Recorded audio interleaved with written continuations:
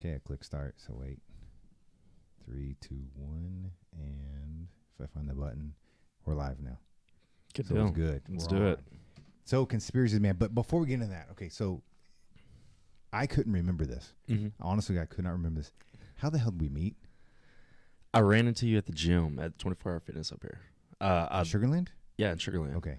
I saw you a couple times, and I was like, man, that guy looks really familiar, but I just couldn't put my finger on it. And I was like, I saw you one day. You had some On gear on. And I was like, okay, let me just check. So I got on Optimal Nutrition, and I started scrolling. I was like, I knew I saw him from somewhere. And so that's when I came over and approached you. Okay. Yeah, I actually remember we were in that little stretching room they had with the medicine balls. Oh, and yeah, the pad. the back middle. Yeah. Yeah, that's where I first came to and talked to you. Have you. Been there since the renovation? Absolutely not. They made renovations finally. Well, okay, so the kids' care area downstairs, which was really huge, they turned that into a functional fitness area. Okay. So racks and platforms and a little like 15-yard turf area. Yeah. Flip tires and all that kind of What about the children?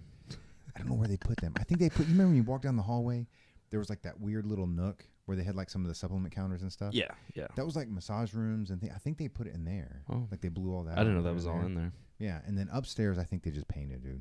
Yeah. Because everybody says they just fixed the walls or anything. I mean, maybe they patched a couple things, they put paint on, but yeah.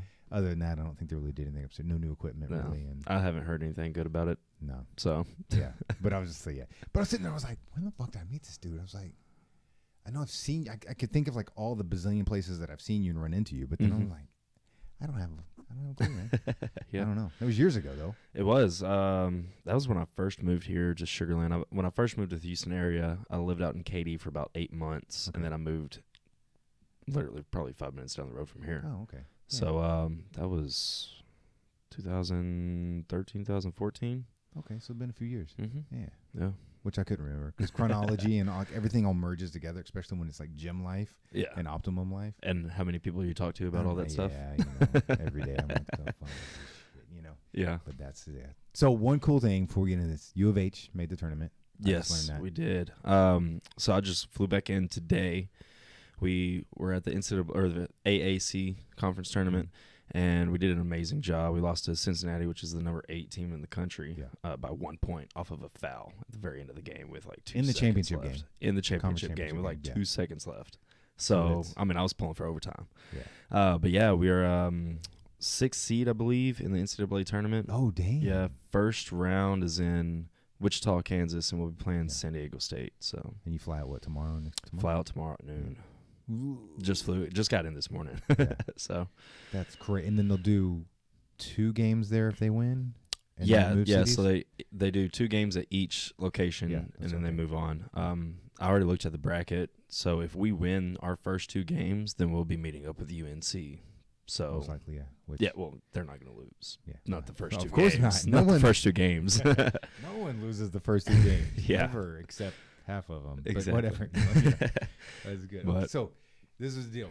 I messaged you a little, a week or 2 ago or whatever. Yeah. But trying to we do kind of a conspiracy show, Mm-hmm. right? And this isn't like conspiracy show. Like we're not sitting here and we don't have a ton of notes and, so it's not that deal, but it's one of those things that I listen to a lot of podcasts, the audio and video and the whole thing. And it's one of those themes that keeps recurring and keeps recurring. Conspiracies. And then, Dun, and dun, dun. I've dived into tons of psychology. Mm-hmm. So it's like I get kind of the why we're drawn to it as humans type Yeah. situation. And, it's there. And so it's just kind of like, I just figured fuck it, just have some fun. Absolutely. It's always the what if always drags people's attention. Yeah. The always, what if. Always. So and if there's one little teeny tiny gap or little teeny tiny hole, they'll instantly just blows up. Blow that thing out of the water. Absolutely. Yeah.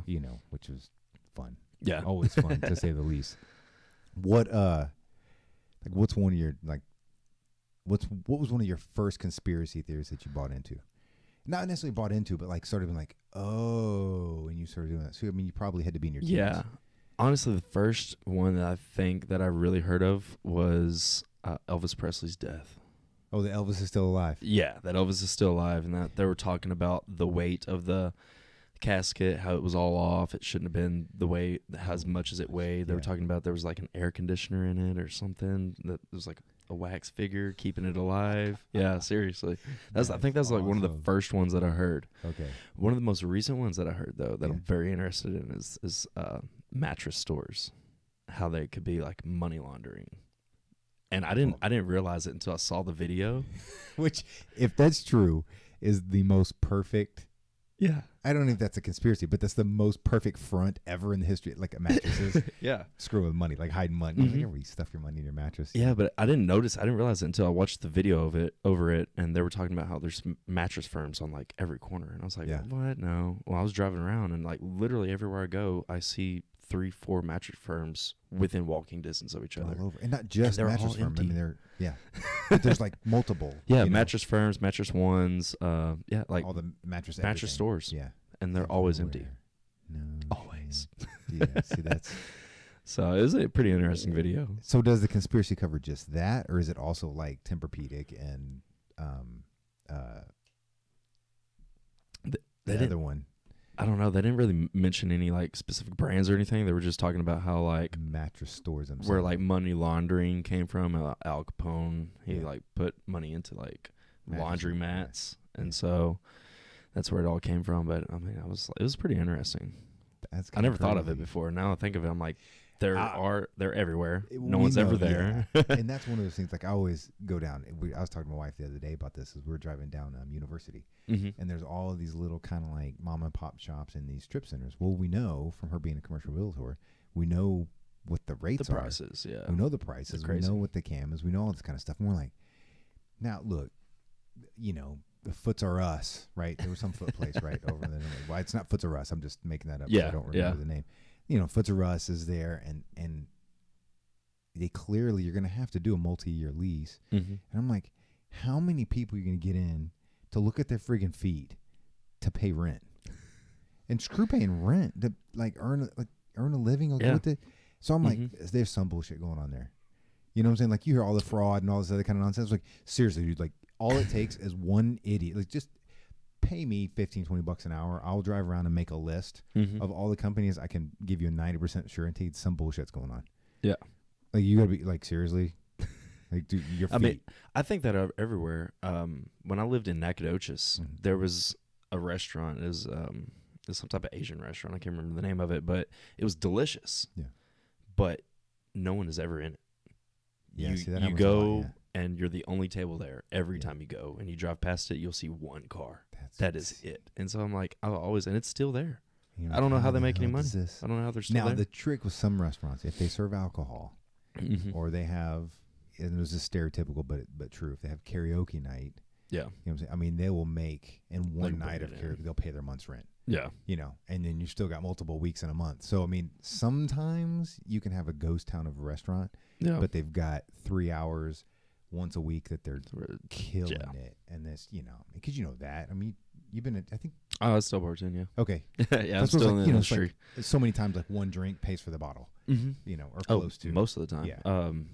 Heck, we sell like well drinks for $5.25 a glass when we get the bottle for $8. That's what I'm saying. And you get about 32 shots out of a glass if you're pouring them right. So like, the money there. Yeah. That's what I'm saying. Yeah. So it's just stressful, but the money's there. Yeah. Yeah. Plenty tips too, which is mother freaking hell. Yeah. So Capone. So mattresses, dude. I'm gonna have to look that one up. No, I'm wheeling that. Now that it's in your mind, just when you're driving around, if you notice a mattress store, look for more. Oh, I see them all the time. They're everywhere. Seriously, that's my deal. It's like when I'm driving around, like if Steph's driving, and when we have the kids, we're in her car most of the time, so she's driving, and I'm sitting there, and I'm driving on the road, and I'm like, bullshit, sells alcohol, fitness, bullshit for kids. Literally, it's just like that, and I'm just like, I have no idea how these places stay open. None. And my guess is they're just in over the head with that. Or they've got a side gig going on. And it's kind of other businesses are keeping that one afloat, stuff like that. But it can't be with mattresses. Yeah, no way, man. Especially now. I mean, a lot of people are ordering those online mattresses that they come boxed up and roll out, and there's guarantees and 109, 209, 6-month guarantee, whatever the hell it is, but no issues on returns. And I mean, from what I know, they're as cheap, if not cheaper, than a regular mattress. I would imagine. Yeah, the reviews are over the roof. Now I don't know if they're paying about the reviews, but it looks like an amazing deal. The purple and whatever the beds are. Yeah, Casper's one, I think. Right? Yeah, I think so. A buddy of mine that I work with, he got one, and I was like, I'm actually in the need for a new mattress that we're talking about it. Quick, Google. Yeah. And so he was telling me he ordered one that, like I said, came in a little box, rolled up into a nice mattress, and I was like, but I mean, I'm picky about my mattresses, and he's like, come try it out, man. I'm like, I'm good. I'm not gonna come over and lay in your bed, but I trust you. Yeah. So you can do it. I mean, I'm gonna have to pretty soon. I've had my mattress forever, so yeah. I think I don't know. I might go into mattress firm just be like, "Where's the money?" I won't tell anybody. Shaking the mattresses to see which one gives you that money shake. You know, just give me a handful and I'll leave. Like, I want that mattress. And they're like, "Oh, it'll take a week to order." You're like, "No, I have a truck now. That one." See if they stress out. Yeah. Oh no, any of them but that one, not that one. Oh gosh, yeah. I'll tell you, yeah. Okay, so so I've got a list of some of the top conspiracy theories. I'm down. No information, man, but you know, I'm getting there. I mean, I've always been really interested in conspiracies. I don't know a whole lot about them because I don't study them. Yeah.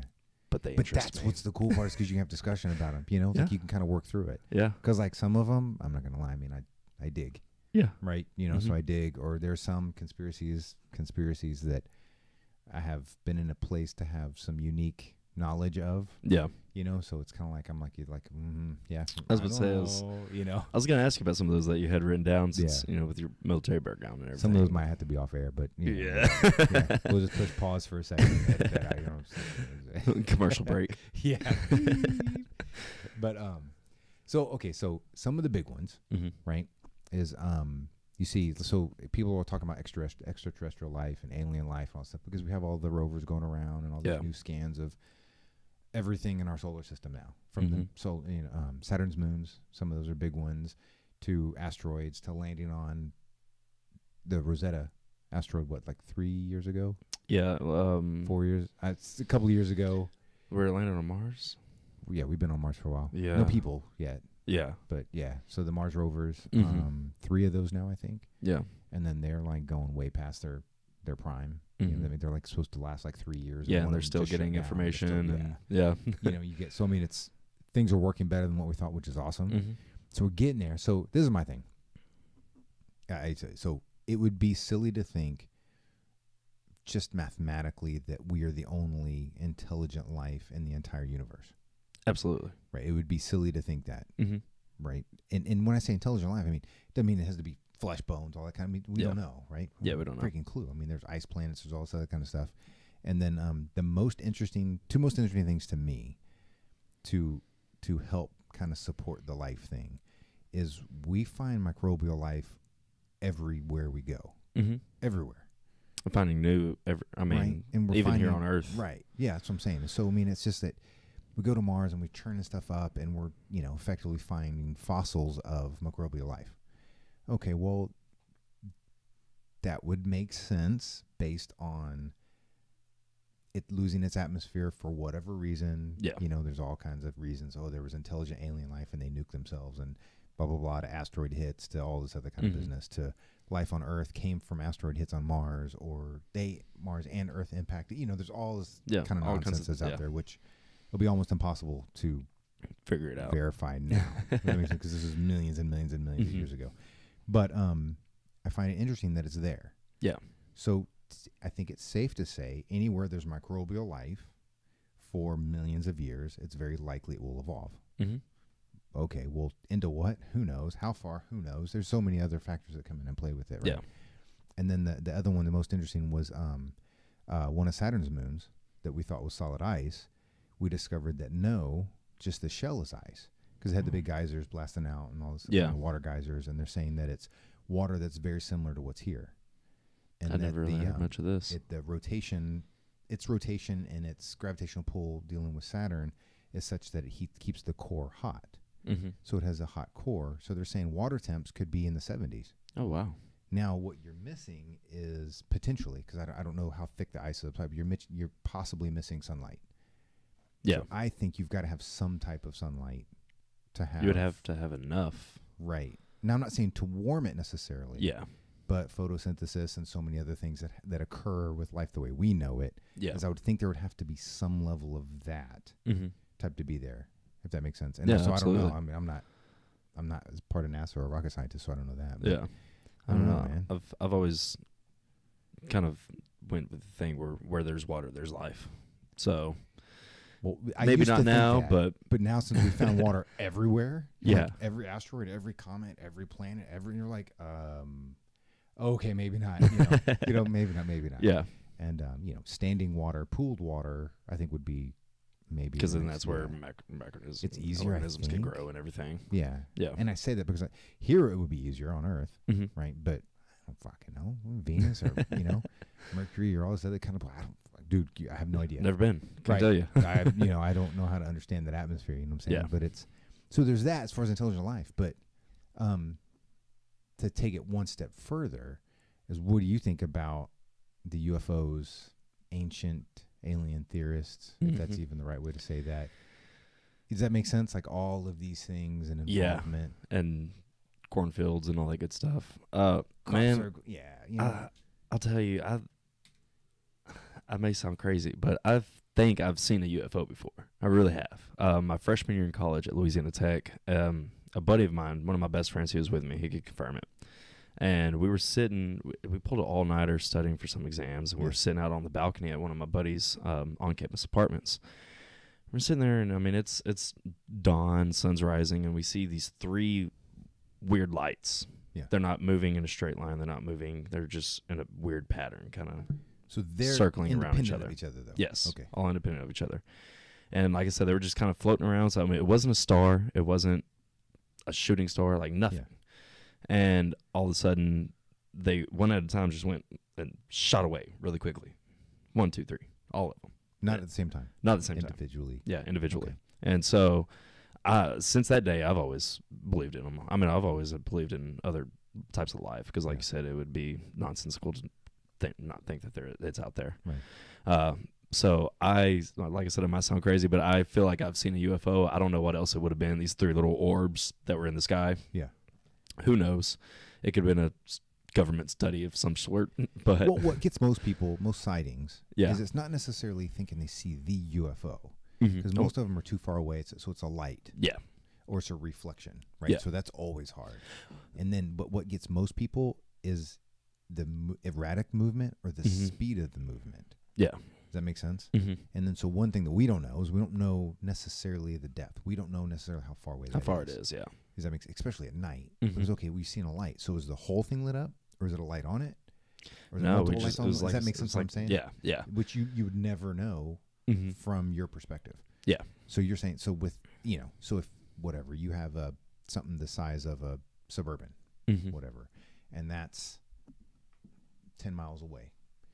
Is the whole Suburban lit up, or is there a light on the Suburban? On it, yeah. So now that's all going to screw up your or- perception. Like, what are you seeing? Yeah. Does that make sense? Mm-hmm. Because, and that's one that I think gets most people is that they don't understand the speed and the erratic movement, Yeah. which can't be explained a lot of times. True. It's also kind of like the perception of a UFO as, it's got to be like a ship of some sort or, some type of aircraft. It's not necessarily an aircraft. It's an unidentified flying object. Right. Who knows what it is? It could be a ship. It could be some type of aircraft. It could be some type of life form that has some type of abilities to do whatever. Yeah. Who knows? But I mean, that's what a UFO is. Yeah. So I mean, it's crazy to think about. And do you think the theory of ball lightning could be the answer to that? you have to refresh So my knowledge. now this is, and everybody's gonna be like, "Well, ball lightning, what the fuck are you talking about?" Yeah. So it's proven. We don't know how it happens, but it's Mhm. happened a lot. The most common is inside of aircrafts, is there literally will be a kind of like a glowing ball, and I Mhm. don't want to say it. It's not exactly that. It's hard to explain because it's Yeah. not something you see enough, so we don't have the words for it. But it will kind of travel along and sometimes dissipate, sometimes make a flash of light, and sometimes sort of shoot off. Hmm. And I don't know how bright they get. Yeah. But again, if you're looking at something that's maybe this big, the size of a softball or a basketball, and and it's up high enough, and you're thinking from your perception, your ground perspective is that it's something bigger miles away, Mm-hmm. when really it's 100 yards away, Yeah. and they kind of move erratically, and which is possibility. Yeah. Absolutely. I mean, I don't know because I don't know. typically from the stories I hear, because they can have a day or night, it doesn't matter, and it doesn't have to be a storm. Yeah. Does that make sense? So a lot of people are like, oh, there's no storms, no lightning. Well, that's not necessarily. true. Yeah. Right. You know, I mean, there's lightning midday. Right. I mean, and we know this for all around. So I'm gonna have to look and see how bright they get. yeah.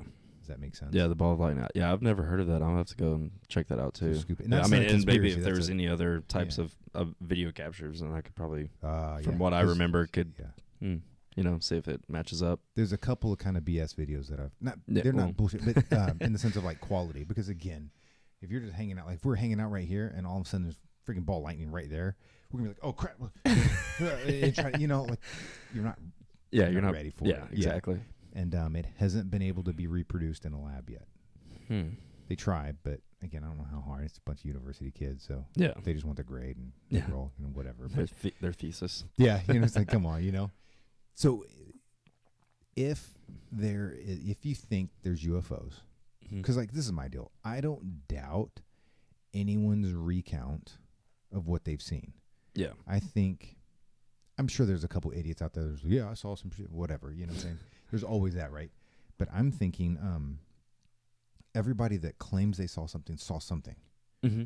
And now we know from evidentiary hearings and witnesses and eyewitnesses, everybody's memory goes to shit. Oh yeah, very much so. Especially if you dump adrenaline on top of that. Like, oh crap, I think I'm seeing something, you know, and their adrenaline shoots up and then they're screwed. You know what I'm saying? They're ass screwed.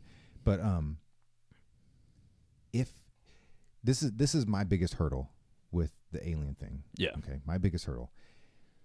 For anything to get here takes a tremendous amount of technology. Mm-hmm. Usually, again, I'm applying our Earth knowledge, right? Yeah. Usually there's going to have to be some level of wisdom and knowledge to go along with that technology. Yeah. Like it would be hard for me to think that a total dumbass could come up with the technology to travel through space at an efficient time, not to have multiple lives and all this other kind of stuff, right? Yeah. So I'm thinking to myself, like, why us, dude? Seriously, like how smart do they have to be? Right. Does that make sense? Yeah. And that analogy I use that I tell Steph all the time is if you take the smartest primate, we're less than 2% different as far as like genetics and intelligence and things like that. And if you group all that stuff together, we're about 2% different than the highest, most intelligent primate. Yeah. That's a huge gap. So if you make this other life form 2% greater than us, it could be a huge gap. We are the monkey to them. Yeah, absolutely. Like, why? Like, why would you invest interstellar travel to study these things? Could be. I mean, it could be for all kinds of things. I mean, for what? Same reason why we're looking at other planets. I mean, for resources, for water. I mean, even life itself. I mean, is life sustainable on a planet like this? I mean, who knows? It could be all kinds of things. It depends on what is precious to them. Yeah. Or it. Knows, right. And so I'm like, okay, well, maybe the interesting part would be like our genome. That is something that could possibly be unique to us, right? Yeah. Because like there's nothing unique on our planet that isn't on other planets. Yeah. Right? I mean, you could go as far as to say compressed carbon diamonds. There's entire planets that are a diamond. That's crazy. Does that make sense? Yeah. So it's like, okay, that's not it, because they just go there and think, you know, and if we can find it with our bullshit technology and they have interstellar travel, okay, well, they win. Right? Yeah. They're going to be able to identify it like this. So water isn't unique to us. Our plants aren't, I mean, none of that stuff, I mean, maybe, you know, I don't know, but as far as genome-wise, that could be unique. Yeah. Could be. We don't know. Everything else is everywhere. Yeah. You know, so they could. Not super special. Yeah. They don't need us for that. I mean, it could be genome, could be it. I mean, they could have the intelligence for travel, but maybe not so much intelligence for anything else. I mean, it's kind of like people that are really very smart in math and science. Yeah. They kind of, a lot of times, might lack social skills. Yeah. Vice versa. And we know that here with us in our societies and our dynasties and in cultures and stuff across the world is that some elevate quickly in language and linguist abilities, and some do it in math and science, and some here. And so we've seen that even on our own planet. Yeah. So it's very possible. But I'm just sitting there, I'm thinking like, okay, well, it took a lot of really smart people here just to get a rocket into space. Yeah. Does that make sense? Yeah. Much less, you know, anything what, Yeah, anything. And more so than I'm that. thinking, I'm like, okay, well, if something came here that was life, my guess is none of it is biological. Yeah. It's all AI. It's all, maybe there's some biology mixed into it, but it's not. And they're just literally like little drones that are out. Yeah, to just send them out, Collect watching data, collect information, what record same stuff. thing we do. Right. And then this is where I would, you got to know. So if they're, whatever, 100,000 light years away, just give it a number. When they see us, before they travel, when they see us, they're seeing us that much older. Yeah. Does that make sense? Yeah. So they're effectively looking through this telescope, right? Looking through this telescope, and they're seeing all of us run around discovering fire. Yeah. Does that make sense? And they're like, yeah, that'd be pretty cool to go to. All right, we'll go check it out. And even if they can travel like that, when they travel like that, they're instantly here today. Yeah. So they miss, whatever which gets all over 10, 20,000 years of growth and intelligence of human life. Yeah. Get here, and then that would be interesting for a little bit. Like, and they're going to know that. Obviously, they'll know that before they travel. It's like, okay, well, once we travel, it's going to be very different when we get there. The planet may not even be there. Yeah. Who the hell knows? You know what I'm saying? It's like, are we looking at something that's whatever, right? Yeah. And so that's why I'm just like, it's got to be AI. Yeah. I just can't see. I can't come like up a life with a form way for like our being, our body to be able to travel. Yeah, I mean, because if you think about it, people get jet lagged. Right. Going from one side of the country to the other. Just that time, you know what I'm saying? Yeah. So within a few kinda hours. Yeah. Travel like that, especially, the different the zero gravity and all that. I mean, how much it takes a toll on a body. Yeah. So, yeah, I never really thought about it like that. So I'm thinking, Yeah. like, well, and this is me listening to all kind of bullshit. Yeah. Or whatever. Yeah. And then the other one that I find interesting is I'm like, you know what? Possibly one of the things that are put out there is that what we're seeing with alien life here is actually us either in the future or in alternate dimensions. Does that make sense? Yeah, absolutely. So they're finding some way to cross the transdimensional lines, and they're coming for one reason or the other. And it's that's us in the future. Trashed the planet. Got to go back and see what we can fix. Good luck with that. You know what I mean? Yeah, we're far past that. Yeah, we're done.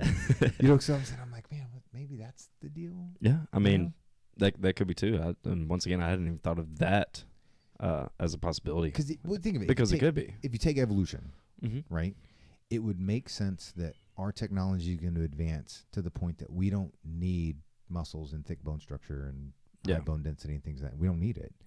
And then with all of the last couple of years of all of the gender and transgender and fluid gender, it makes and, gender identity and all of these things. Changing everything. It's right. With the body. Yeah, and with our knowledge, with all these, it's likely that in another 20, 30, 40, 50,000 years, 100,000 years, whatever it is, that we're going to transition to be some type of new species. Yeah.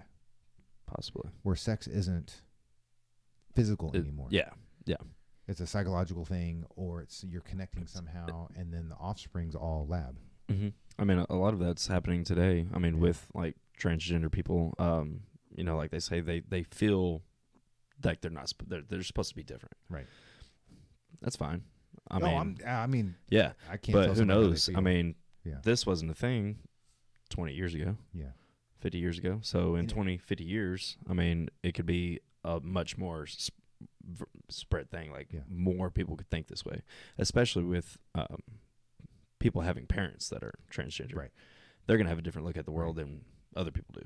So the more that people are doing this, the more that's evolving and people are accepting it, then, it could definitely change. And not only that, but changing people's whole genetic structure and surgeries and testosterone therapy and estrogen and all that. Yeah. I mean, we could definitely just start creating a new thing.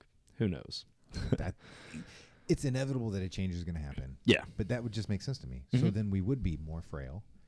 I don't know, the pale thing, I don't know. Sure, why not? We're smart enough to know not to get out anymore, I guess. Or whatever, But the increased size of the cranium, that makes sense because that's already happened a couple times in human evolution. Yeah. Our brains doubled in size and all that kind of stuff. So I'm like, maybe it's our future. Yeah. Well, that, but our physical structures too. I remember I stepped into this house. It was like a museum now, but all the doorways were like 5'2". Yeah. And it was because the house was built 200 years ago, and everybody back then fit through 5'2" doors. Yeah. Everybody wasn't a Viking. No. You know? Yeah. So, yeah, I mean, it could definitely change in, the next 2, 3, 4, 500 years. Who knows? Who knows what it would be? I'm interested in that. Mm-hmm. And then they got the I don't know how real or bullshit this is, right? But the big black thing in our orbit, in our little orbit. Mm-hmm. Have you seen the pictures and all that stuff? Yeah. When it came up, when was it, like 2 months ago maybe, when it really started like blowing up? Well, I've heard it like years ago. Yeah. And then there was some other thing. Yeah. I think it was during. I was gonna say it was during Elon Musk's last launch when he launched his Tesla into space. Yeah. I was thinking it was during that, but it may have been during one of his test rockets. It was something to do with one of his launches that there was footage, and it looked like that was on the footage. Yeah. It was just a newer piece of it or whatever. Yeah. And I was like, okay, that's cool. You know what I'm saying? Like, if you just look that's up, interesting. and if it positions itself correctly, you would never see it. Yeah. There's no way to see it. Mm-hmm. You'd have to be on an awkward angle to be able to get some sort of reflection, or it'd have to be in front of something bright and all this other kind of stuff. It's the only way. It's it. Mm-hmm. Because we can see something black on black. Yeah, no, like, no, it doesn't work. Yeah, like, so I was like, that one. I was like, okay, that's kind of cool. Yeah, but that would also make sense. Like, hey, that's us from the future. We just figured out a way to some type of move dimension. some shit between the dimensions. Mm-hmm. I don't know. Yeah, I don't know. Your guess is as good as mine. Do you think dimensions are real? Absolutely, multiple dimensions. I think so. I don't think it's far fetched to believe. And that's the. What's the drug everybody uses to have those experiences? Oh, acid. No, DMT. I was about to say. Crud. No, DMT was the only thing that I was thinking of. Yeah, whatever. DMT is where you can cook it on the stove with cough syrup and all that, and lighter fluid. Anyway, so I mean, obviously I've never done. I can't remember the friggin' name of it, but I hear a lot of guys talk about that. They'll go do that experience, right, or that experiment, and they claim to be in another dimension and feel very much at home there, in the sense of I have been here before. Huh? Does that make sense? Yeah. Which would tie into some real theories, like some quantum theories as far as string and theory and entanglement and things of that nature, where basically every particle in existence has all the information of every other particle, and blah, blah, goes on, and that's talked about in meditations and deep meditations, and that's my quick ramble, just to kind of but kind of makes sense. Yeah, no, definitely. And it may be DMT. I hate when I do that. I'm like, what that? See, when you first brought that up, DMT was the first thing that came to my mind. But now I'm trying to think of what it is. But the only stuff that's popping in my mind is like supplement stuff like DMEA and stuff like that, and dimethylene and all that. That's crap. That's all. So sports supplements kill your age. I'm like, oh, come on. But so I'm like that. So I don't know. I'm in on that one. I'm thinking. I think it's either non-biological, some sort of artificial intelligence, drones, robots coming to just see, because we talked about doing that. Learn. Sending out thousands and thousands of these small little, basically, data collectors. Yeah. And just put them out of space. See where they go. Launch them. Well, I think we kind of know where they go, but basically, yeah. Yeah. Like, there's this stuff there, and it can go faster than us. It can send the information, and would make sense. Yeah, definitely. And I mean, as much as technology has transformed and grew in the past 50 years, the way everything's going right now, who knows what we could do in the next 50 years. Yeah. So get me on. Okay, so here's one. The monster of all monsters of Bigfoot. Oh, man. What do you think? Man, I have a good buddy that, like, abides by Bigfoot. Like, he knows it's there. I think it's a myth. You think it's a myth? Because I feel like something that big we would have found. The bones, the something, right? Yeah, I mean, I'm more of a believer in Nessie than Bigfoot. But Bigfoot, I mean, it could have been, I guess Bigfoot and the Yeti, they kind of go together. It's really effectively like the same thing. Yeah. Effectively, it was just like Yeti is just Northeast Asia. Yeah. You know, if that kind of makes sense. It's Asian, and then the Bigfoot's here, and they look a little different. Just but whatever. I don't know, man. Like I said, I have a buddy that he swears by Bigfoot, but I don't know enough. I haven't seen enough. Yeah, there's the to really like the nothing or something nothing like specific. I mean, because like they used to have those shows hunting Bigfoot, and you know they never really find anything. No, they did. No, they just found some noises or made some noises, and they were like, "Oh my gosh, what is this commercial break?" Right. And see, and now this is they always hear something, right? Yeah. But they never make the sound first, really. Mm-hmm. You know, they're like, "Oh, I heard something." You didn't hear anything on the TV, right? Yeah. And then they start making all this ruckus, and then something makes ruckus back. Yeah. Right. Yeah. Okay, I'm the jackass that if I'm hunting, and I'm out camping and hunting, and I'm doing something like that, and I hear a bunch of idiots hooting and hollering, I'm gonna hoot and holler back. Just because it's funny, not because I'm trying to make them think there's something out there. But not only that, but everything else is ruined if you're out there hunting anyways. Right, you got a bunch of guys coming through, but so it makes some ruckus. That's yeah, you know, the footprints and this and that. I'm like, all of that's so easy to fake. Yeah, I mean, not only that, but I mean, footprints, fossils. I mean, they could be something. They could be anything. Right? A tooth. A random person that was born 9 foot tall. Yao Ming's ancestors. I don't know. So this is what I think. I think that it's dang it, something Pithecus. There was an ape-like thing that did exist. Oh man, 100,000 years ago, 200,000 years ago. Yeah, sometimes I get talking about it and I forget about so I'm going to screw up the dates, but it's there, right? Which is effectively what was termed modernly as the Yeti. Mm-hmm. So they're saying something actually historically existed a long time ago. Yeah, is there. Now, we've learned that humans, as we know them, haven't been around for 6,000, 10,000. They're looking at like 200,000 years now. Yeah. Okay, so let's just cut that in half.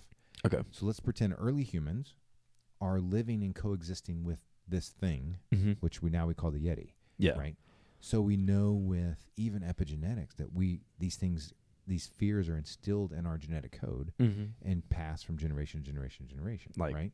Like fear of spiders and fear of stuff spiders like that. and yeah. I mean, even if you go, there's some social things as far as having to, like being alone and being outcast and things like that will create great anxiety, because if you're exiled, you're going to die. Yeah.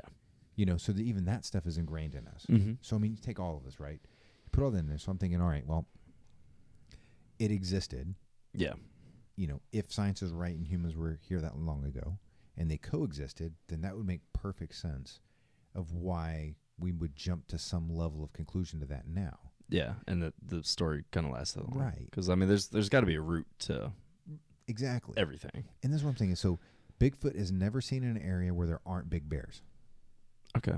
Right? Yeah. Generally speaking, I'm sure somebody somewhere is going to go, oh, well, it was there and there's no whatever. Right? That's fine. Generally speaking. But Bigfoot has never seen anywhere where there aren't bears. If you know anything about bears, if a bear has a wounded limb, it will walk on its hind legs. Right? Okay, so at night, when you're a little freaked out anyways, a human, because that's what we do. Yeah. And you see a bear stumbling around and leaning on a tree or something that looks back at you. They're making weird noises. Big glowy eyes because you shine a flashlight on it. Maybe it's just a bear. Yeah, absolutely. Does that make sense? Yeah, because, I mean, you wouldn't, if you're out there in the dark, you're not going to be able to see the whole thing thinking. anyways. And with so many people run around with thermal imaging and LiDAR and all this other kind of technology we have today, and you can't, nothing. I would have said, yeah, we would have found it. We would have had something that big. I'm like, come on, man. We would have had it found. And they shit and piss everywhere. So you can't find me some big. And what do they eat? Well, that could be. I mean, that could be. Is it a vegetarian? Yeah, well, they could be. No, seriously. I mean, they could be. But I mean, they deer and other. I mean, they could fish and all this other thing, and we just pass it off as a bear ate that. Oh, that would be a corpse there, right? We're not gonna know. And then by the time we get to a dead deer that ate, the rest of the stuff is ravaged on. Coyotes and everything else. You're not getting quality DNA off of it. Yeah. So it's that makes sense. But I'm just sitting there. I'm like, if these things are pushing trees over and scratching the shit out of stuff and doing all this kind of stuff, there's got to be a nail somewhere. One of their nails. Something that's different from quality fur, quality something other than right. Yeah, yeah, and that's what I'm saying. I don't. I can't believe in Bigfoot. I really can't. I We can't. would have had to have found it. I mean, but like you said, I love watching the shows. Yeah, I mean, like fun. you said at one point, that huge ape that you were talking about, I can't remember the name of it either. But yeah, it could all stemmed from that species or whatever it was. Yeah. So. And then our imaginations go crazy, man. Mm-hmm. You put anybody in a dark room and they hear and see shit, and you're just like, oh, it's not there. Absolutely. You put them in a controlled room with every kind of full spectrum cameras and everything. You're like, nothing's there. I'll do it to myself. Yeah, they will swear that or that was, I'll do it to myself. Sometimes I'll be sleeping in the middle of the night at the apartments I live, and I'll wake up and run outside because I swear I heard a woman screaming. Yeah, I'll swear by it. But you were asleep. But I was asleep, you know what I'm saying? and something startled me. Right. So. And you're in an apartment, so a woman may have screamed. Yeah. You just don't have a place of reality. Like, fuck it out. Have you ever done the float tanks? No. Desensitization tanks? Mm-mm. You gotta do that. Man, yeah. I've wanted to. You're talking about the little tanks that, I mean, it's completely dark and you just feel like you're just floating. Yeah, some of the like commercial in air. places for liability, they gotta put a light in it. It's usually like a soft blue light, but where it's, all the heavy minerals and everything in there, so you literally float. You're basically zero gravity. Yeah. And you forget that you're in water. Yeah. The air and the water temperature are the same, that match your external body temperature, so you don't feel it. Yeah. You don't feel you don't really feel the water. I've always you wanted don't to do feel one of it. those. It's awesome. You just totally relax and you're floating. Mm-hmm. You're not on anything. Yeah. And then I'd been in one that actually had some of the jets were a little stronger than others, so it just kind of pushes you and you're like, thunk. You don't bonk, you're like, you hit the side, you don't have any clue. Yeah. Because this is the way it all works. And all Yeah. Yeah. But that's awesome. I mean, I would love to try one of those. Yeah. So get in there, and once your first time, it's going to take a little bit of time to get used to it, 5-10 minutes, to trust it. Yeah, there's a place I went to go get cupping once, just try it out, and they had a float tank. So do it. Yeah, I think I'm gonna have to. First time doing it, it's always cheap, right? Yeah, they always give you some huge discount. The first time, so just go to like 10 places and be the first time. Yeah, until you get used to it. Yeah, and you're good. No, I've never done it, dude. It's awesome. If you ever meditate, anything, I mean, recovery is amazing anyway, because all the temperatures and the meditate, it's just complete relaxation. Yeah, total relaxation, which is awesome. Yeah, all your joints relax, everything relax. So that alone is insane. And then the ones that truly black out, dude, you get to where you can really work through some shit. Oh, I bet, because I mean, it's almost like being in a completely different place. You are. You can't hear anything outside. You're inside. It's there. Depending on the tank, sometimes you'll hear the machine a little bit. Yeah. Which just gives you something to focus on. Yeah. Makes it easier. Not only that, but I'm sure you tune it out after a little while. Yeah. And that just kind of becomes. How long does it usually last? About an hour? They do half hour, hour and a half, by 30-minute segments. I feel like you got to do at least an hour. Yeah. That's, hours. Yeah. In an hour, it's insane, man. It's pretty cool. Yeah. And it's so, but whatever. That's total side. I'd fall asleep in it. I almost did. Yeah, I know I would. It's hard not to, because you're like, okay, I am in water. You are in water. Yeah. And when you get in there, even if you move and jerk, your head doesn't go under, right? I mean, you're there. And I was like, but there were a couple of them that kind of went. And what got me is because I do that jerk. Yeah. I don't know if you jerk when you're falling asleep. Bam. All the so time. Then you do feel the water when it splashes on you. Yeah, I'll have huge muscle twitches and everything. Yeah. I accidentally hit one of my girlfriends one time. I've done that, yeah. It was a big muscle, just straight up. And I was like, oh my gosh. I feel like crap. I'm so sorry. I'm sorry. Well, I didn't mean to. The aliens were his anal probe, babe. I'm sorry. Yeah. Freaked out a little bit. Yeah. Oh no, it happens all the time. Yeah. And then when you're like dozing off, then you have that little dream that you're falling and you just jump out of it. Yeah. I'm like, what the? Yeah, I'll twitch all the time. That's how I know, like, because when you're kind of dozing off, if you're like somewhere, I mean, road trip or something like that. I mean, that's the worst. Yeah, but I mean, yeah. When I travel, if I'm at shows and I'm in hotels or different places, dude, I would sleep anywhere. Yeah, and I'm like, oh yeah, I'll kill it, man. Yep. Okay, here's another one. The lunar landing. You think we went to the moon? I do not. You don't think we went? I don't think we went. I don't think we ever landed on the moon. No. This is my thing to support that. Okay. Because I have my own theories on it, but to support that side of it, we can't get shit past the radiation belt. That exactly, and that's where all of our satellites are They're hanging under out at. Yeah, they're under the radiation belt, and the moon's beyond that. Yeah, and I'm like, that's the biggest thing, because how are you going to get film and these electronics and things of that nature through that? We can't put standard 35 millimeter photography through an airport scanner. Yeah, without it fucking up. Yeah. So let's make the radiation 10,000 times more, whatever. You know, we don't have the technology to fully contain it. Yeah. So how are we getting footage and photography and video through that? Now, streaming, and we did have the technology back then. You could stream video, and that's a good portion of that was. But high-res photos? Yeah, we didn't have memory cards. No. Like, I know that. We didn't have email. We didn't have email. Couldn't Snapchat pictures. No,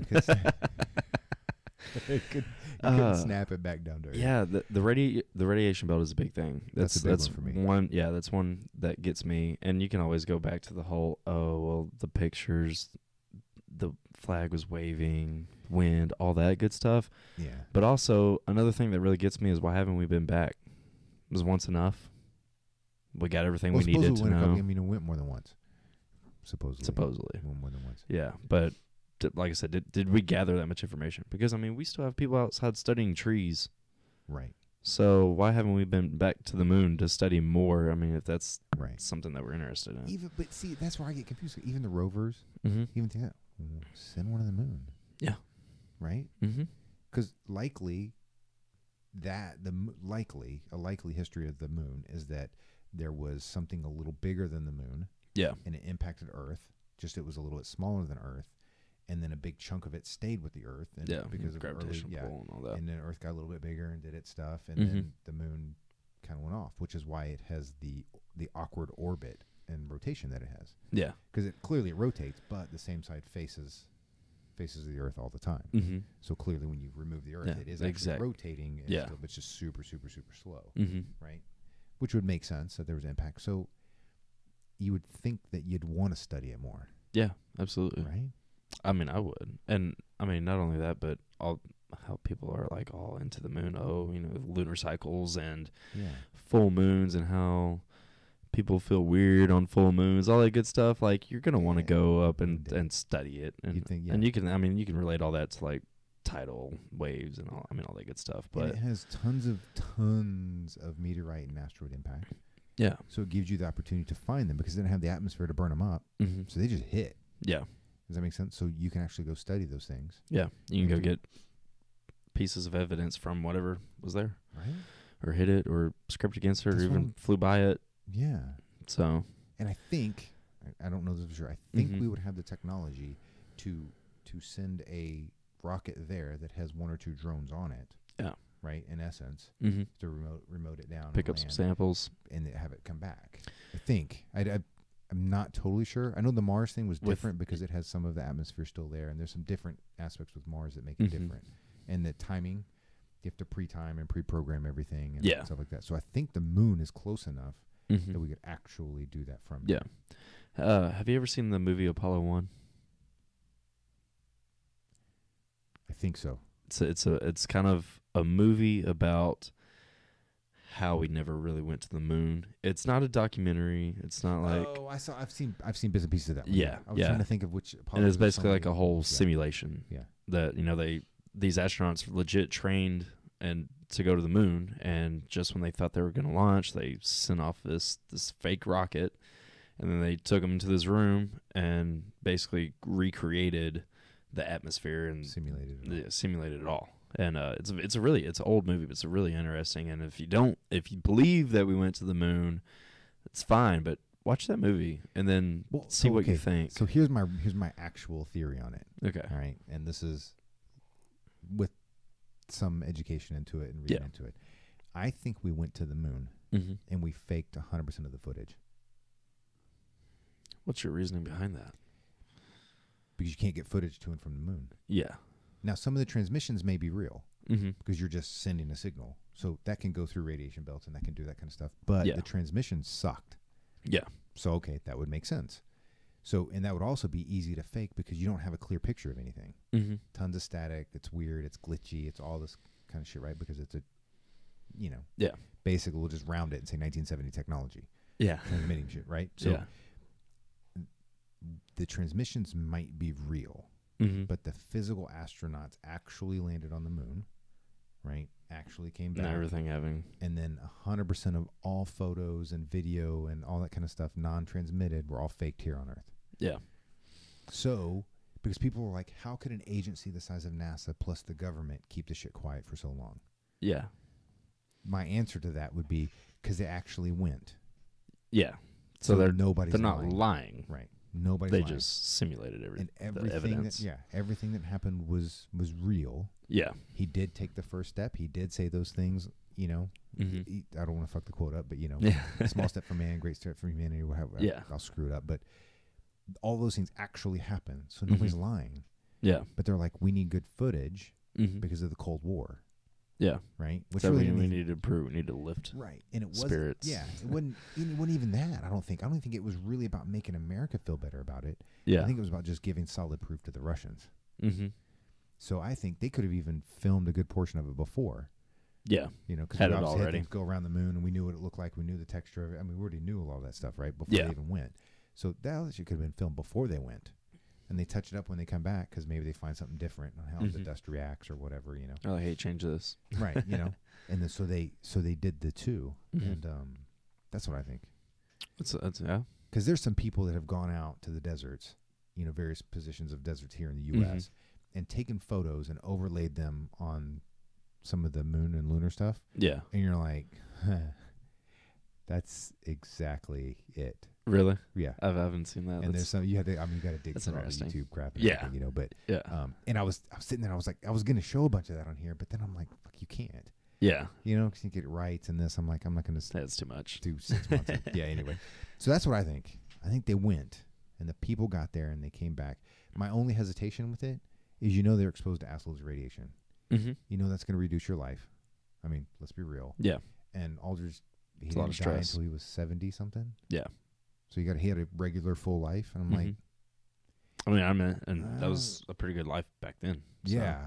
So I'm like, I don't know. We go full life expectancy with that. I'm like, maybe not. The stress of that travel, radiation belt, all that. Yeah, everything Yeah. that they did. Yeah, I'm like, that had to knock a few years Coming off. back. But he could have been somebody that was going to live to be 100. Yeah. And he lost 30 years. That's true, too. Or Yeah, who knows 5 what years his- or whatever. Yeah. I mean, how does the rest of his family do? Yes, yeah, I don't know that. I have to go research that. I'm like, Yeah. crap, Yeah, we'll have to check that out.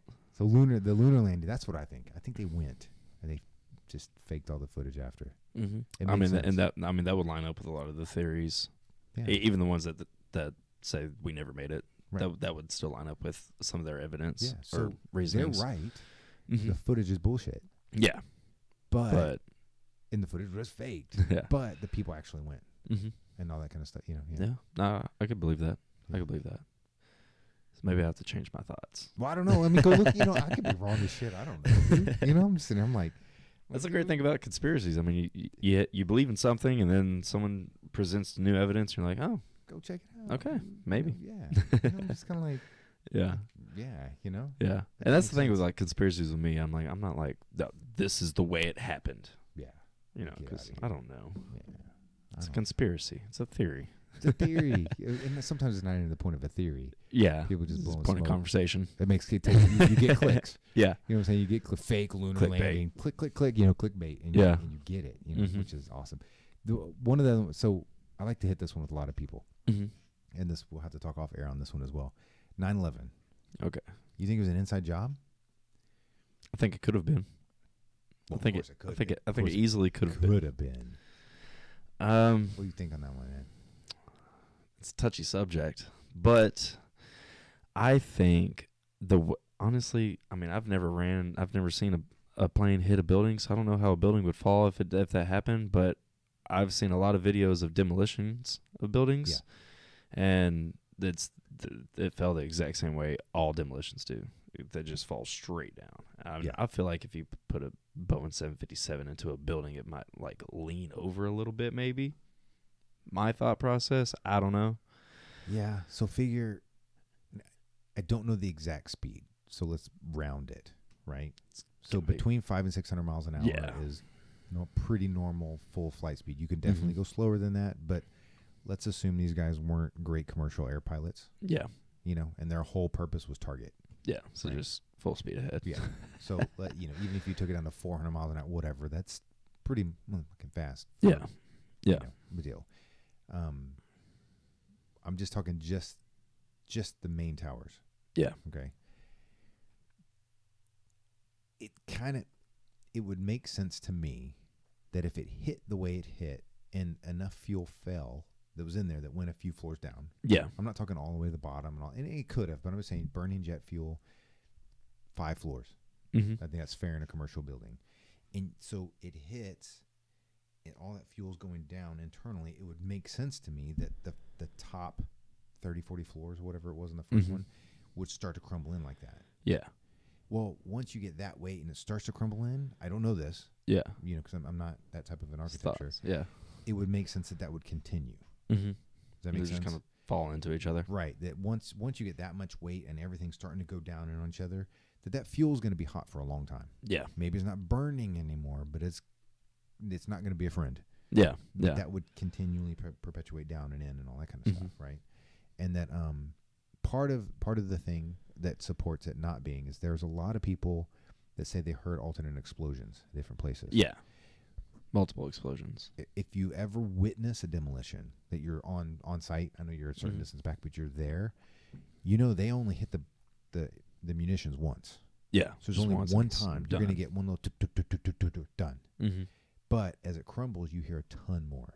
Yeah. The way beams break, the way things settle, the way cinder hits the metal, you hear things that are exactly like an explosive, but there's no more explosives. Yeah. So it can't happen. Yeah. It could be some gas trapped in the line.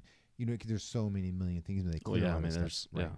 So I'm kind of like, I don't necessarily buy into people like, oh, well, but I was hearing all these explosions as it was falling. And well, not only that, but if they're there, just shock. You're stressed out of your fucking mind. Yeah. Yeah. Come on. Yeah. Your eyes flashing in front of your eyes. Yeah, absolutely. Yeah. You have no idea what's going on. Yeah. You just may or may not have seen a plane fly into a building. That's what I'm just kind of like, oh, mother. Yeah. Because, clearly people actually died. Clearly that kind of stuff. Yeah. But in some of if you followed it more than me, what are some of the things you heard as far as why we would do that?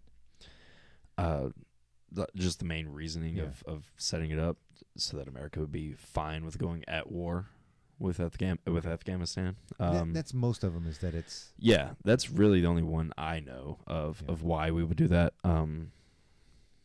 Because, I don't know. I don't see I don't see any other reason why we would do it.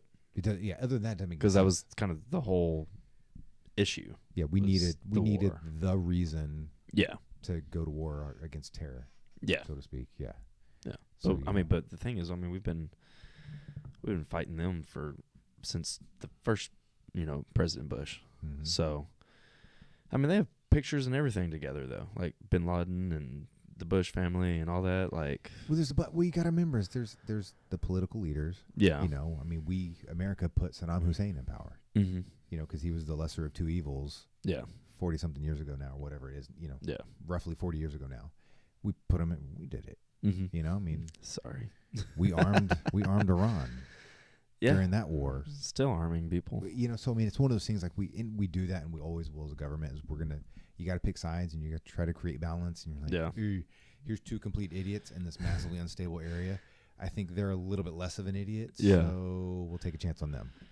Devil you know versus devil you don't. Yeah. Yeah. And if it fails, you go to... You got to go to war with them. Yeah. It's a freaking mess. You know what I'm saying? Yeah. But, yeah.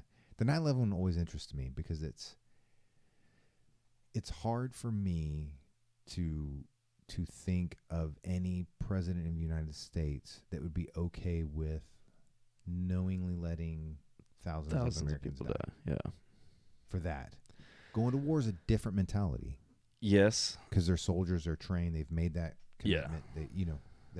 That's a different thing. Yeah, you're not killing people. That's right. That's like, hey, you signed up for this. This is that this is And that's another hard one for me is even if 15 people knew, which would be an extremely small number that would have to know to pull this off. If just 15 people knew, somebody's still going to say something. Yeah, someone would. On that, having thousands of deaths. Wake up in the middle of the night just feeling. Right. Yeah. You're going to be like. Conscience is there, man. I don't care anymore. I'm coming forward. Yeah. You know, I'm going to go hide out on an island somewhere and transmit. If they can get that far. Well, yeah. Well, they'd go and then transmit. You know, like, do their stuff. What do you think about how people say that the planes were CGI? And like with the hole in some of the videos, the wing on the plane disappearing, and there's always, the nose there's of the always plane. possibilities that footage afterwards had been screwed with. Yeah, it's hammered with. And the news has done that.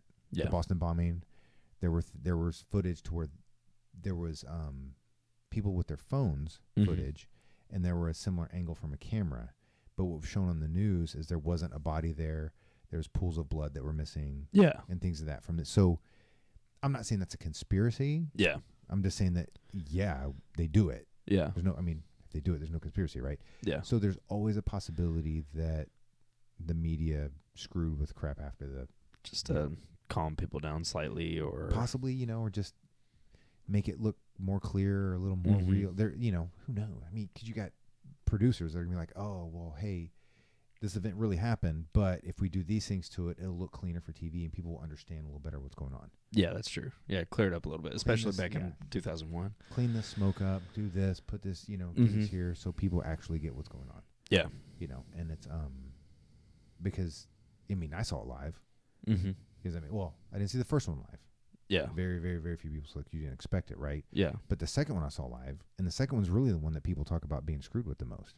Really? And that's when you go back and look. And I'm going to say the most, it's probably, 60-40, right? But yeah. And I saw it live, and I'm like, okay, well, if they don't show this piece of smoke or this wing or it doesn't come through the other side the same way, it still happened. Yeah. Because you've got so many thousands of people on the ground that's watched it. So it really, so it really happened. I saw a video a couple of days ago. I'd never seen it before, and it was a really clear video, but it looked like people that were in maybe a sky deck or a condo or something somewhere in New York, but they were just talking and they were filming, talking, laughing, drinking wine, and all of a sudden the chick in the video turned and screamed, and then that's when the camera panned over and then showed the Twin Towers. Yeah. And so that was the first time I saw that video, and I was like, I don't know why I've never seen that video. Oh, there's so many. Many. Because so many people had their cameras and the phones. And I know this was a long time ago, but we still had good enough. Yeah.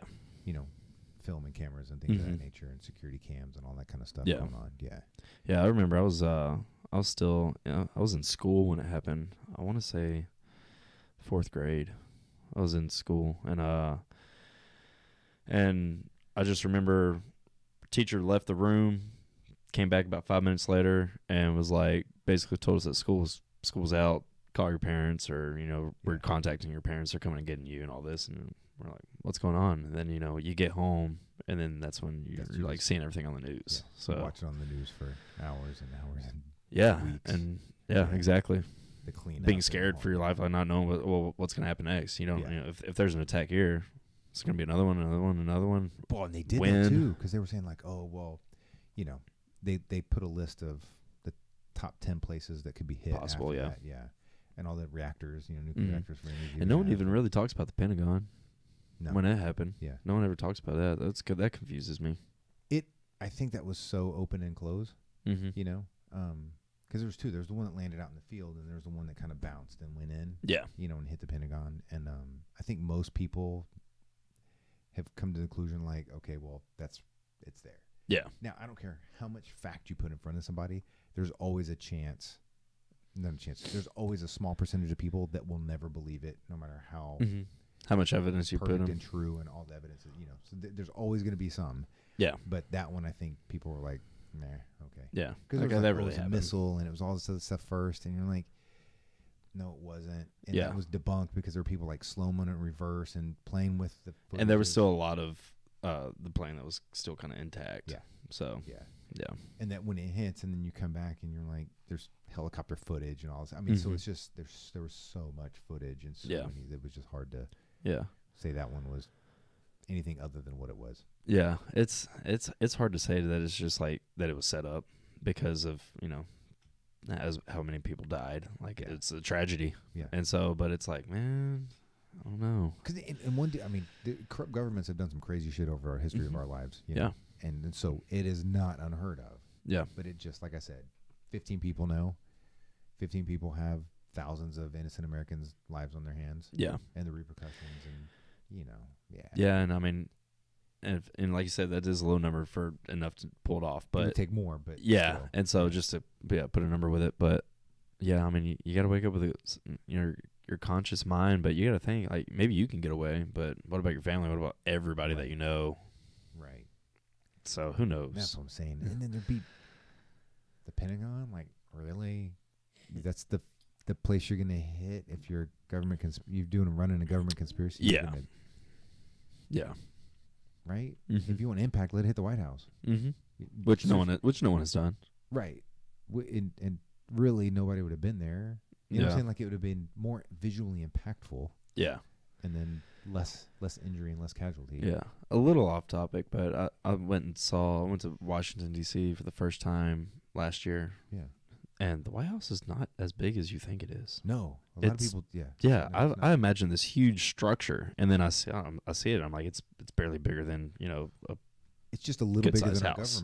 our governor's mansion here in Texas. Yeah, I mean, I'm looking at it, I'm like, this is the White House. Like, this isn't what I see on TV, no, or in pictures or anything. Yeah, it blew my mind. But yeah, no, people need to go. See that's the impactful sites. if something like that happened, but it hasn't. Like, yeah. Let it hit something, get the visual impact. You know what I'm saying? Yeah, exactly. So I'm just like, fucking come on. Yeah. Okay, so I want to hit on Bitcoin, man. Man, I don't know enough. You can explain Bitcoin to me. I don't know enough about it. It came out, and my brother, he looked into it a lot, and he was like, "Man, we need to invest in this." I'm like, it looks like it's too late to invest, but I didn't look into it. I didn't look into it at all. Right? Yeah. And there's 3 or 4 of them. Just Bitcoin's the one that's used. That term is used the most, right? Mm-hmm. It's cryptocurrency. I mean, from what I do know of it, I don't think it could ever be a thing. Okay, so this is my big. If something goes wrong, who do you go to? Yeah. Right. And now these are stories. I'm going to share stories, right? There's a friend of mine that had put in $5,000 or $10,000 to it. Mm-hmm. It wound up turning into 80,000 or so, right? Turn it in. Well, it was kind of his deal is doing stuff, and he wound up moving in the interim, and this was whatever, I'll call it a year. Yeah. And he wound up moving these things that lost his password. Couldn't recover his password, and effectively the end result is he lost all his money. Wow. There's no way to get the password back? I don't know. Reset password? Does that make sense? Well, that's what I think. Because obviously he did all that kind of stuff, forgot password. Yeah. So kind of and his story to it was, and he may not even be a he, if it's just, obviously protecting people's identities. But yeah. His deal was that it was something to the effect of there was basically nowhere to go, no government control. No one to talk to. So it's who's responsible for this, and how do you get to them, and that type of a deal. The way I think about it is, I mean, not that U.S. currency has much value anymore, because at one point everything was backed by gold and value. But I mean, what is Bitcoin backed by? Who's backing it? Well, it's backed by everybody's investments. So for the most part, you got to think is there are some intricacies in this, and there's some MLM stuff with it. So I'm going to get a shitload of hate for this, but through my research, is a huge chunk of the population that invests in it are young people, young adults. So if you get 10 million people or 100 million young adults globally to invest $1,000 each, it's a good amount of money. And a lot of young people in today's time can find $1,000. Yeah, and they're emotional, and they're going to get that new thing. They're going to buy into the new deal. Does that make sense? Get rich quick schemes, right? And this is the epitome of get rich quick. Yeah, I put 1,000 in, it's worth 6 a month later. Mm-hmm. Oh, I made yeah, right. Like, let's be real. You know what I'm saying? Like, it just doesn't really work that way. So it's easy targets. My speculation is if it turns into a real thing, it won't be Bitcoin. It's going to be something else. Now, it may be swallowed up. Bitcoin may be swallowed up into it, but it's going to be something that's regulated from a global government standpoint. Who would control the UN? Well, and then there lies the problem, is who is going to control it. Yeah, and then what will that lead to later on? You're going to let the who UN has more control? Because us and egos, American and their egos. You place us in China, we would have the majority control. And if you go money and value and all that stuff, China would have a little more control than us. Yeah. So basically, you're going to let China control it, which would therefore kind of put more control over everyone. Right. So which doesn't necessarily. I don't see the rest of the world agreeing to that. Yeah.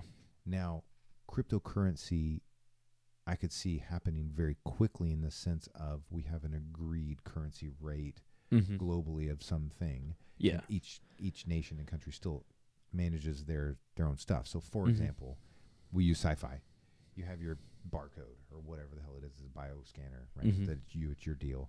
So you go and you bioscan, and everything you do in the U.S. is $1. Well, the second you're in another country, it's just an automatic conversion. Yeah. Right. You don't go anywhere. You don't carry money. You don't have to exchange. Right. Yeah. So I think that would also. I could be wrong a little bit. I think that fits cryptocurrency. I think that would still fit into that the same realm category. Definition. Yeah. So there's no cards. There's no of this stuff. It's all biometric, and you roll. That makes more sense than having a universal currency. Because how is the U.S. government going to give up control on currency to anyone else? No, we wouldn't. Right, in China to anyone else, and Russia to anyone. It doesn't make any sense. The European Union couldn't figure it out. And that's just a collective few countries that really wanted shit to work out. Yeah. And they couldn't agree on a single currency. Right? They're still struggling today, with all the Brexit stuff and so I'm like, I feel safe saying that the Bitcoin thing is going to turn in some very unusual lawsuits in the near future, and it's going to be basically coming down to, because it's different in every country, taking advantage of other people. Yeah. Does that make sense? Yeah, and it's interesting when you say about the lawsuits, because like the person I would try to find a way to do. Well, clearly they are. So yeah, but who's going to be the judge and the jury on that? Who are they going to say? Who are they going to go after? Yeah. What consumer affairs group or what attorney? Where do you go? Yeah. Where do you file your complaint? Yeah. It's all kind of a made up thing. Yeah. You're buying it, but what are you buying? It's just a weird. It's a stock that had no value. It's a stock that people are investing into. Right. But so the only reason it has value is because people are like, oh, that might be a thing. Here's my money. Right. And then I've heard a couple things about. But there's no tangible. Right. It's doing like cryptocurrency in the sense of, whatever. LeBron James has cryptocurrency. You can buy, LeBron James crypto. Yeah. And you can buy whatever. I'm saying? I'm just picked him because I watched a thing on him, whatever. But any famous person or anybody that has any kind of value, they could have their own currency. Yeah. So you're buying their currency for their things in businesses they're associated with. Yeah. So it's almost like a new world way of bartering. I could see it kind of going that way. I've heard a couple of people chit-chatting that way. Sounds like more of a hassle than anything. This is a headache. Dude. Yeah. I love biometric, dude. Like crypto in that sense. Like I don't have to carry anything. Just yeah, definitely. Oh man. Which with all the phones just having watches and all that, because we have that now. Yeah. But it's still, you still have to tie each individual card or each individual account. Yeah. So just make one universal tool. You got it. It's all built into one thing, and that in itself would be a good idea. That makes sense. Come on, Apple, Samsung, Google. Speaking of Apple, you see how much they're worth now? $1 trillion. Ridiculous, dude. $1 trillion. Ridiculous. You could buy every NFL team, every NBA team. You could buy NASA, and still have. You could buy 1,000 Teslas, and still have money left over. And but you could not buy Apple. But you could buy all that, but you could not buy Apple. Which is, it's ridiculous. All those tech companies, man. Every phone's $1,000. That's what I'm saying. Because you take Apple, you take Samsung, take all. They're all. Just it's Apple. Crazy. Apple being a U.S.-based company, it's easier to get the values of them. But Samsung, same value as Apple. Yeah. Google, isn't far behind. Yeah. You know what I'm saying? I mean, they're, They're hundreds working. of billion. Yeah. Mhm. I mean, they're right there behind them. Yeah. So all these tech giants. I mean, and they work together, so. Yeah. Amazon's catching up, all this stuff. So I'm like, Oh, when are we going to get to the antitrust lawsuits? Can you remember, are you old enough to know Microsoft's antitrust thing when they had, because they used to preload computers with Microsoft. Mm-hmm. And then there was the lawsuit that they couldn't preload anymore because there were other companies that offered the same service. See, I didn't know that. Yeah. I mean, I was old enough to remember dial-up, but not Okay, the not that lawsuit, lawsuit not stuff. legal Yeah. stuff or anything like that. So that was a big one. I'm trying to remember when that happened. I think it was early 2000s. Yeah. It No, could've been that late was 90s. probably when we first got our first computer. So Okay, when I so was growing up. yeah. So So it wound up being everybody was pissed off because computer prices didn't drop. yeah, But then you had to buy additional software. yeah. So you're like, everybody's mad at all the computer companies. Mm-hmm. Because you're like, you weren't making that money. Yeah. Whatever, a couple $100 of that was already going to Microsoft. Well, now you're keeping the a couple hundred there, and now we've got to go spend a couple hundred on. Well, it's kind of what Apple does with everything now. Yeah. Like you buy a phone, you have to buy. It comes with headphones, but you can't use those headphones on anything but your phone or a brand new Apple product. You got to buy the adapter. You got to buy the adapter. Yeah. You got to, it's they don't make chargers that are complete anymore. You have to have the cube and the charger. Yeah. I mean that's which is hilarious, man. Pretty soon you're gonna have to buy the phone, the part. You're gonna have to buy all the parts to make the phone. Then you got to pay them to make the phone. Like why not charging? Really? Because even like the key charger for the the stand. Yeah. The Apple doesn't work on Samsung. Mm-hmm. But Samsung will work on Apple's. Yeah. That's because Samsung stole the shit out of technology. Whatever. But still, like sometimes you get that stuff like that, you're like, what? I don't get it. Yeah. I don't get it. I'm money hungry, man. And love Apple. I mean, don't get me wrong. Apple. I do too. Lifestyle, they are the number one lifestyle brand ever to hit this planet. Like, screw Nike. They know what they're doing. Dude, they have kicked everybody's ass. Mm-hmm. And it's funny to see where they came from to where they are now. Nothing. Yeah. Nothing. I mean, their first computers were like those little colorful things that almost no one had. There were some before that I used. Thank you. Oh, but I see that's. It was like a little cube. I'm gonna call it an iMac. Because I don't know, but it was all self-contained, and it was a little tower like Yay, and the screen was on the top. Your disk drive was on the bottom. And okay. I've seen those. Then. Yeah. Yeah. And that was the first one, and then the some of the Apple that you're talking about, the gray ones that look similar to an IBM. Yeah.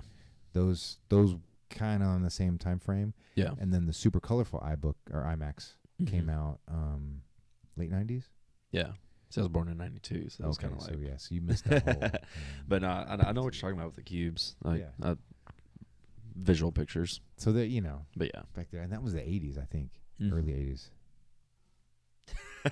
How does that make you feel? Could have been late 70s. Son of a bitch. He's older than he looks. Yes, clearly. But I remember doing that. I was like, but that was fun. But Apple, dude, I'm impressed with what they have done. Mm-hmm. But I think they're too big or too powerful for their own britches now. Mm-hmm. Google, YouTube, same thing. Yeah. It's just kind of like, I'm not liking. How far can you go? Right. And that's it's kind of conspiracy, whatever. Yeah. I think it's conspiracy because it's all bullshit. But I had my gun talk episode a few weeks ago, right? And I had to fight to keep that up because all the reports of people hating on it and all this other kind of stuff, right? And if I'm not saying everybody in the world go listen to it. Yeah. If you listen to it, it is not. We were pro-gun, right? But we were not derogatory. We didn't call anybody names. We didn't do anything bad. I mean, really, we're like... You're having a challenging conversation. Right. And I brought in... Because I had a bunch of anti-gun people that were going to come on. And because I literally was like, they're going to cancel and all this stuff. So I had 4 booked. And slowly, one by one, they all canceled. I'm not... Were they as smart as you are, Jason? Did they know that you were going to rip their arguments apart? And I hate to say rip their arguments. Because I would have canceled too if I had a different opinion. Well, and that was the whole thing. No, I was talking to you. Yeah, they, maybe.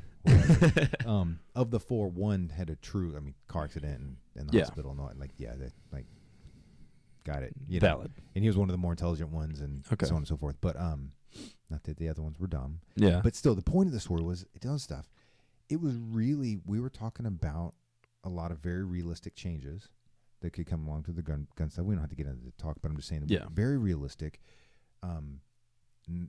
Not a lot of opinion, if that kind of makes sense. Mm-hmm. And even willing, like giving in areas and the whole thing, and just it was good. It was a great conversation.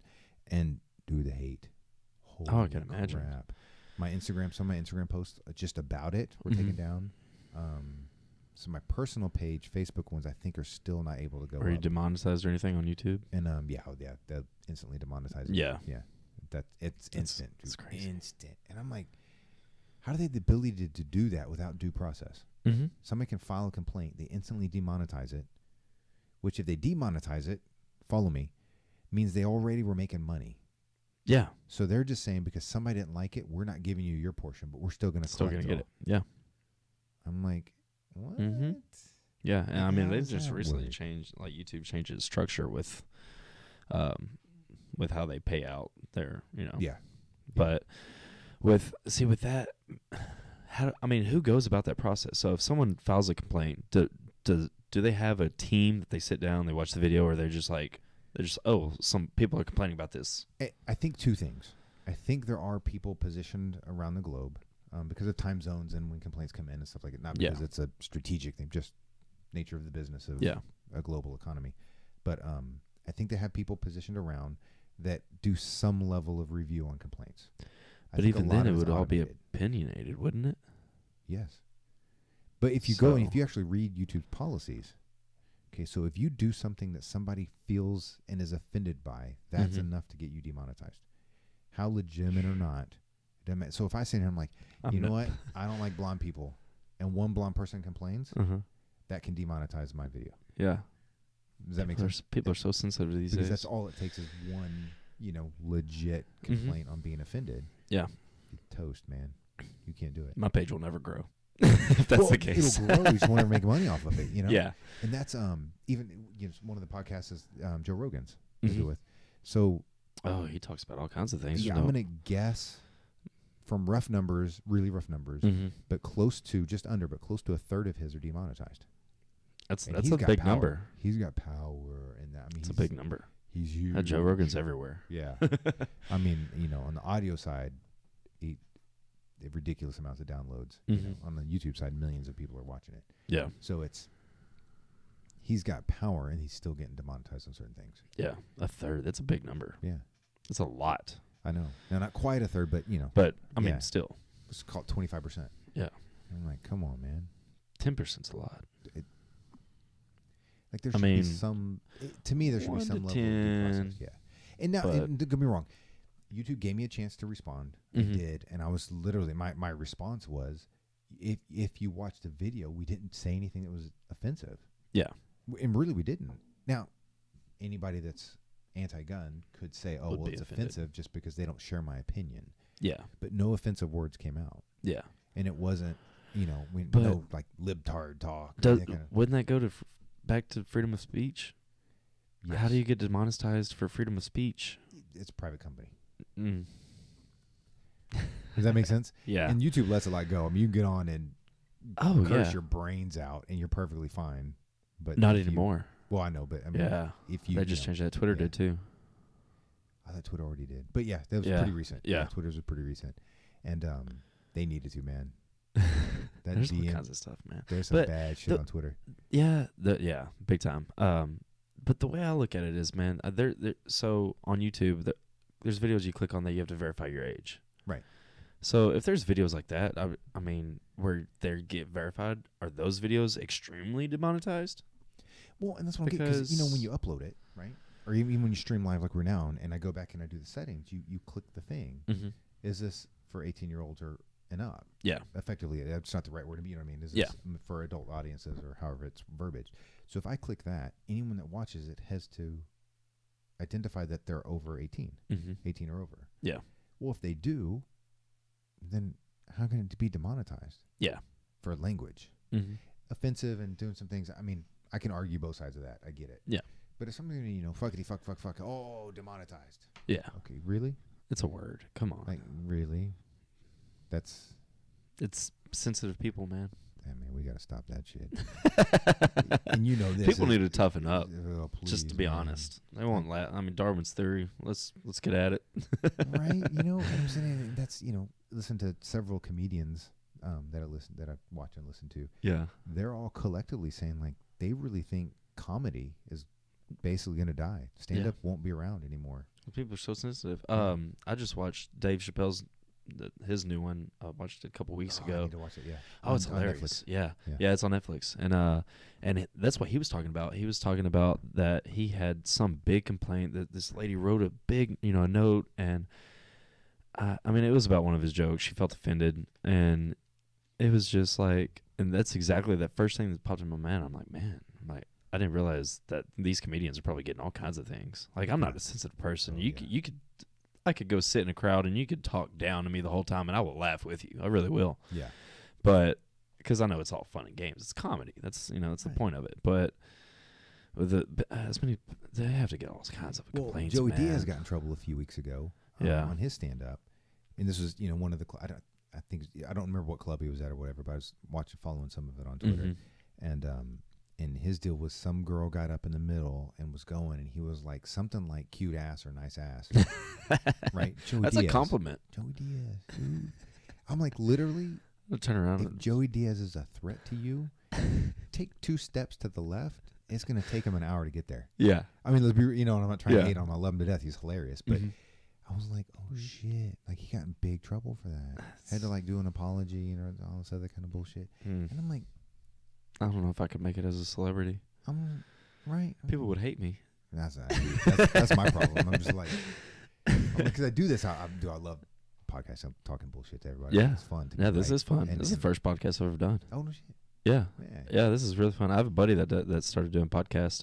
And funny enough, his name's Jason too. Oh. And you've met my brother Jake. Yeah. So we were talking one day, and he was like, "Oh yeah, I'm doing a podcast with Jason." So of course, first thing pops in my head is you. And I was like, "Oh really? That's awesome, You're like, why not me, asshole?" Yeah. And I'm start and there was a friend. I had a friend over, and I was like sitting there telling him about you, and like, I mean, I'm going on for like 5-10 minutes now, and then Jake finally looks at me and he goes, "I'm not talking about Jason Powell," and I was like. But anyways, this is the first podcast I've been on. My other friend Jason wants me to get on his.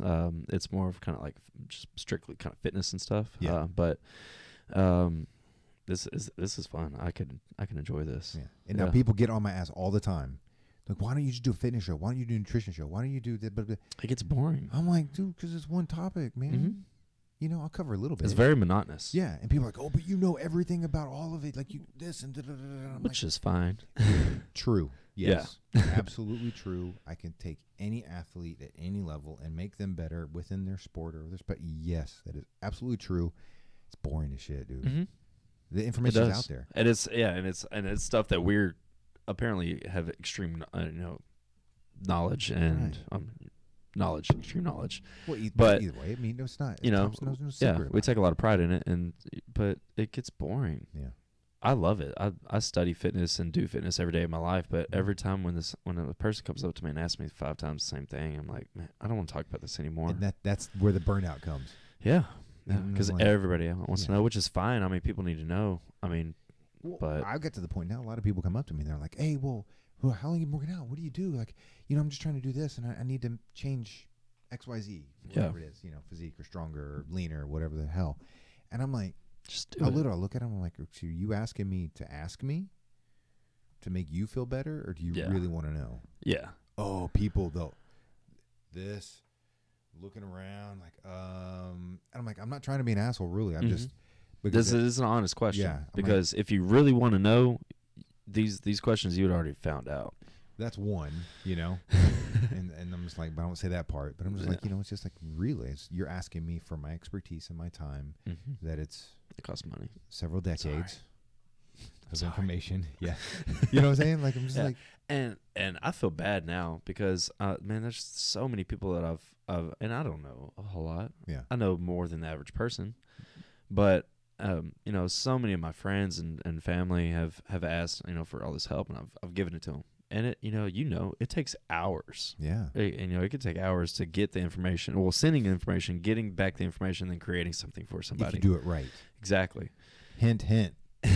Exactly. Online nutrition plans may not be the best. No, it takes hours of work, and man, I've done it many times multiple times for the same person, and now it's finally like That's now your fault. I know, but now I'm just like, what? You're gonna pay me. Yeah. I'm sorry. I know. I mean, just for example, not my mom, but just for example, you're my mother, but Mom, this is the 5th time, and you've done nothing about it. Not saying my mom does that; she hasn't. Just an example, but I'm just like, you're gonna have to pay me for this one. I'm sorry. But yeah, it gets boring. It's real, you know. Yeah. And if someone has superior knowledge to you, and they offer it to you, especially for free, shit, take it, you know. Yeah. Challenge it. I'm cool with challenging it, you know, to make sure they really know what they're doing and all that kind of stuff. Challenge that information or go research it. Yeah. But damn it. Yeah. Take their advice. Yeah, exactly. And you've helped me before. And I still I have a book of all the information that you sent me. I mean, and I've taken what I knew before then. I did your stuff for a little while, and then I applied both of them together. Yes. And so like now the way I train, I kind of almost train as if I were a powerlifter. Yeah. But because I mean everything is numbers and strength based, but then after that it's you know kind of hypertrophy work. Yeah. And that's and that is a little different for everybody. Yeah. Everyone's body does respond a little differently when you're in the point of physique competitions, bodybuilding, you know, speed work, power work. They all respond a little differently. Yeah. And even powerlifters. If you take 10 heavyweight powerlifters and put them in front of me, you know, they all train differently. Yeah, USPA or whatever. Pick one federation. They all do things a little differently. It's also about how you feel. Yeah. Because like, for me, seeing me be able to put another 5-10 pounds on a squat bar, that is what gets me going. Yeah. You know, I could be right now, I'm about 182. I was 195 about 2 months ago before I got sick. Yeah, puffy. No, a little bit. I wasn't that bad. But I felt good, but now it's just like I'm not really like I feel better with the weights going up instead of my weight going up. Yeah, I don't know. It's like it's a mental thing for me. You're becoming wise. Yeah, I guess so. Well, because what you lift and how you lift it and how you recover is going to be a better marker than standing on the scale. Yeah, 7 times out of 7 days. Yeah.